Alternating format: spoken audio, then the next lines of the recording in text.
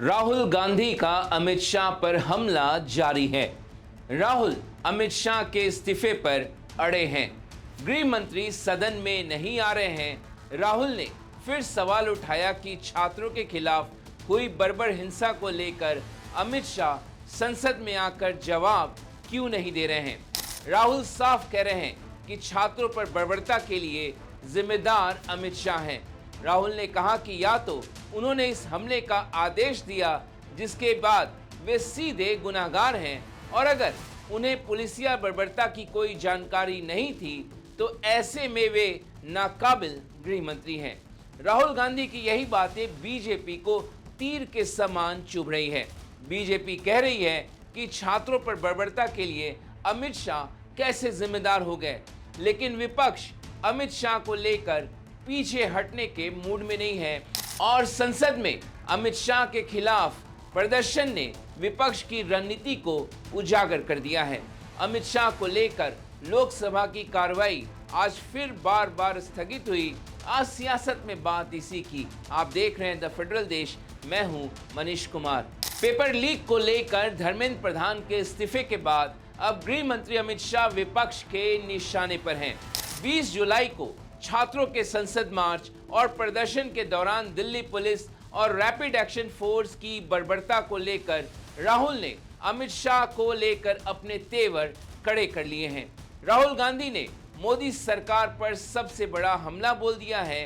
राहुल अब मोदी सरकार में नंबर 2 माने जाने वाले बीजेपी के चाणक्य कहे जाने वाले अमित शाह का इस्तीफा मांग रहे हैं। हमने भी सरकारें चलाई हैं, हम जानते हैं कि अगर गोली चलाने की बात आती है, पैलेट गन की यूज की बात आती है, तो the last call is the home minister and the prime minister. We know that. तो आइदर द होम मिनिस्टर, इन्होंने ऑर्डर किया युवाओं को मारने का ऑर्डर, लाठी चलाने का ऑर्डर, पैलेट गन का यूज का ऑर्डर, या फिर इनको मालूम ही नहीं था।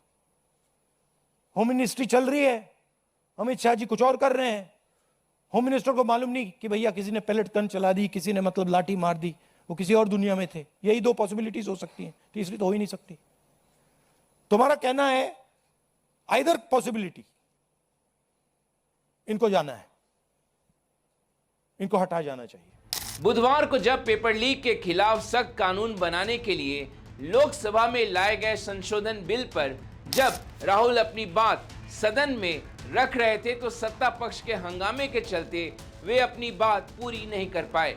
तो कांग्रेस हेडक्वार्टर में उन्होंने प्रेस कॉन्फ्रेंस कर अपनी बातें रखी, जहां उन्होंने अमित शाह के इस्तीफे की मांग कर दी। तो गुरुवार को राहुल ने सोशल मीडिया प्लेटफॉर्म एक्स पर लिखा कि अमित शाह संसद में आकर छात्रों के खिलाफ हुई बर्बर हिंसा पर जवाब देने से क्यों बच रहे हैं। ऐसा लग रहा है कि कहीं न कहीं उन्हें अपनी जिम्मेदारी का एहसास है।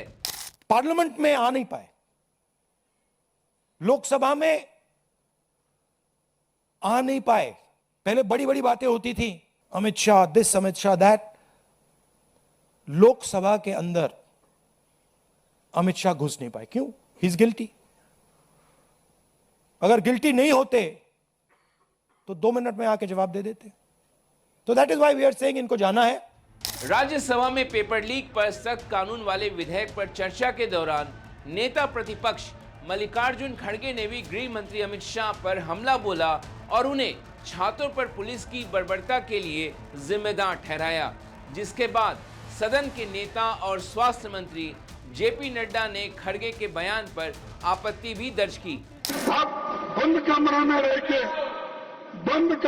रह के आप सुन रहे होंगे मेरी बात, लेकिन आप बंद कमरे में रह के बहुत दिन छुप नहीं सकते।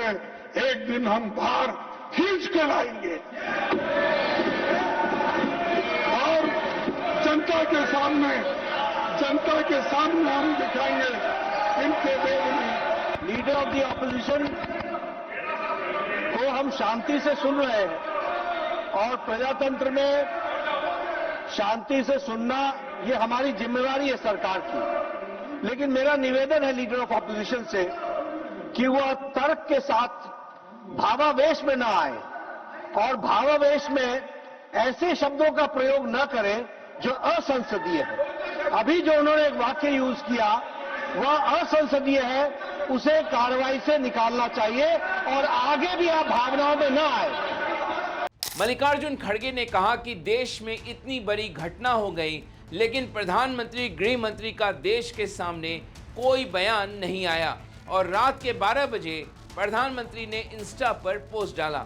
खड़गे ने सवाल किया कि लाठी चार्ज, पैलेट गन चलाने का आदेश किसने दिया और सादे कपड़े में पुलिस बल में वे कौन लोग थे जिन्होंने छात्रों के साथ बर्बरता की। ये गृह मंत्री को बताना चाहिए, उनको जवाब देना चाहिए। गृह मंत्री अगर सफाई नहीं दे सकते तो उन्हें अपने पद से इस्तीफा दे देना चाहिए। सादे कपड़ों में छात्रों को पीटने वाले लोग कौन थे? दिल्ली पुलिस किसके अधीन है? सीआरपीएफ एंड रैपिड फोर्स किसके आदेश पर काम करता है? इस पूरे घटनाक्रम का सर्वोच्च सूत्रधार कौन थे?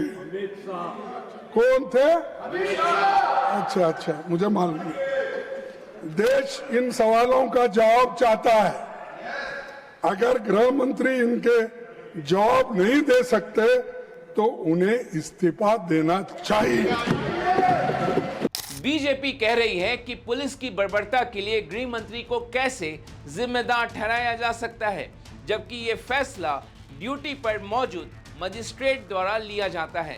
लेकिन टीएमसी सांसद कीर्ति आजाद ने कहा कि यही आरोप तो बीजेपी उत्तर प्रदेश के पूर्व मुख्यमंत्री मुलायम सिंह यादव पर लगाती थी कि राम भक्तों पर उन्होंने गोली चलाई। 1992 से स्वर्गीय मुलायम सिंह जी का नाम बदनाम किया, स्वर्गीय मुलायम सिंह जी का नाम बदनाम किया कि राम भक्तों पर उन्होंने गोली चलाई। संसद में बैठे हुए अभी के लोग और पहले सांसद, बीजेपी के प्रवक्ता, बीजेपी के नेता अलग अलग जनसभाओं में स्वर्गीय मुलायम सिंह जी का नाम लेते रहे कि उन्होंने राम भक्तों के ऊपर गोली चलाई। आज उनको यह जवाब देना पड़ेगा और उन्हीं से मैं पूछता हूं प्रश्न, राहुल गांधी से नहीं, प्रश्न में बीजेपी के सभी लोगों से पूछता हूं, चाहे वो संसद में बैठे हों या अपने मुख्य कार्यालय में। यदि उस समय आप मुलायम सिंह जी को बदनाम कर रहे हैं कि उन्होंने गोली चलाई, तो फिर अभी ये क्यों नहीं कहा जा सकता कि अमित शाह ने गोली चलवाई? इससे पहले विपक्षी दलों के सांसदों ने फिर से संसद भवन के बाहर जोरदार प्रदर्शन किया।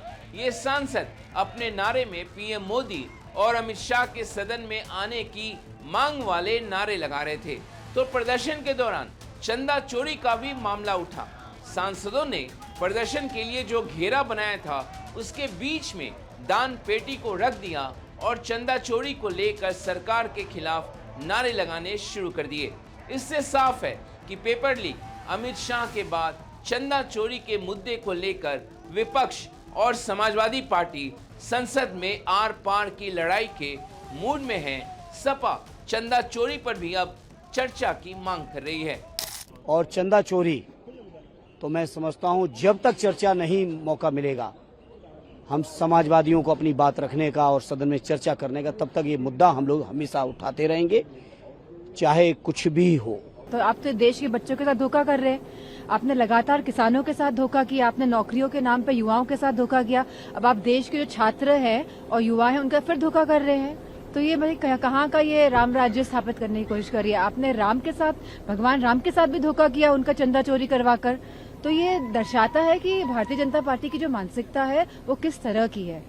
राहुल गांधी से लेकर मल्लिकार्जुन खड़गे समेत पूरा विपक्ष पुलिस की बर्बरता पर गृह मंत्री अमित शाह से संसद भवन में आने और बयान देने की मांग कर रहा है।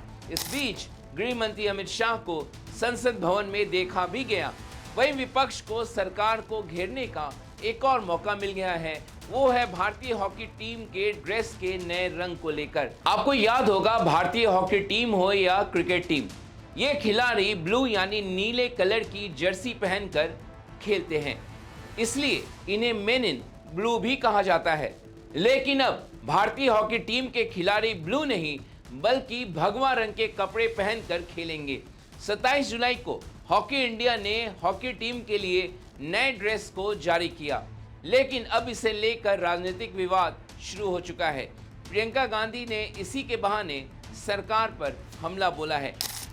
कुछ भी कर लें, आपने देखा हमारे देश के युवा क्या सोचते हैं इसके बारे में।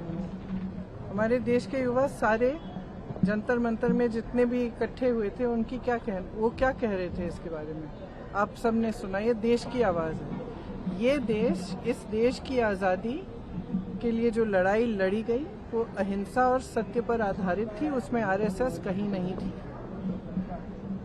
और पूरे देश को असलियत मालूम है, और जिनको नहीं पता था उनको आज पता चल रहा है कि इनकी नीयत क्या है। प्रियंका गांधी ही नहीं बल्कि भारतीय हॉकी टीम के पूर्व कप्तान वीरेन रासकिन्हा ने भी भारतीय हॉकी टीम की जर्सी के रंग बदले जाने पर कड़ी आपत्ति जताई है। उन्होंने सोशल मीडिया पोस्ट में कहा, मुझे कहना होगा कि हॉकी इंडिया ने भारतीय हॉकी के लिए कई अच्छे काम किए हैं, लेकिन ये फैसला बेहद निराशाजनक है। भारतीय हॉकी टीम की पहचान और विरासत हमेशा नीली जर्सी रही है। मैंने भी कई साल तक गर्व के साथ नीली जर्सी पहनकर भारत का प्रतिनिधित्व किया है। देश के प्रशंसक अपनी टीम को नीली जर्सी में ही देखना चाहते हैं, फिर आखिर ऑरेंज जर्सी पहनाने के पीछे क्या तर्क है? विवाद के बढ़ने के बाद हॉकी इंडिया का बयान भी सामने आया। हॉकी इंडिया ने कहा कि सपोर्ट स्टाफ और खिलाड़ियों से चर्चा के बाद जर्सी के रंग में बदलाव किया गया है। हॉकी इंडिया ने यह भी कहा कि नीला रंग अंतर्राष्ट्रीय स्तर पर हॉकी टर्फ मैदान का मानक रंग है। ऐसे में नीली जर्सी मैदान के रंग में घुल मिल जाती है, जिससे खिलाड़ियों के लिए मैदान पर अपने साथी खिलाड़ियों को साफ देखना मुश्किल हो जाता है। इसलिए विजिबिलिटी बेहतर बनाने के लिए जर्सी का रंग बदला गया है। आपको ध्यान होगा कि वंदे भारत ट्रेनों के भी भगवाकरण किए जाने के बाद लगातार सवाल उठते रहे हैं। बहरहाल भगवा या ऑरेंज रंग जो इन दिनों भारत में हिंदुत्व की राजनीति का प्रतीक बन चुका है, हॉकी टीम की जर्सी का रंग भगवा करना आखिरकार कहां तक उचित है? जब भगवाधारी राम मंदिर में चढ़ावा चोरी को नहीं रोक पाए, ऐसे में आप हॉकी टीम को भगवा रंग में रंग दें, बाद में यही प्रयोग भारतीय क्रिकेट टीम के साथ कर दें। इसे सस्ती राजनीति नहीं कहा जाएगा तो फिर और क्या कहा जाएगा? तो आज आपको हमारी ये वीडियो कैसा लगा कमेंट बॉक्स में जाकर ज़रूर कमेंट करिए, और अभी तक आपने द फेडरल देश के यूट्यूब चैनल को सब्सक्राइब नहीं किया है तो उसे ज़रूर सब्सक्राइब करें। आज इस वीडियो को देखने के लिए आपका बहुत बहुत शुक्रिया। धन्यवाद।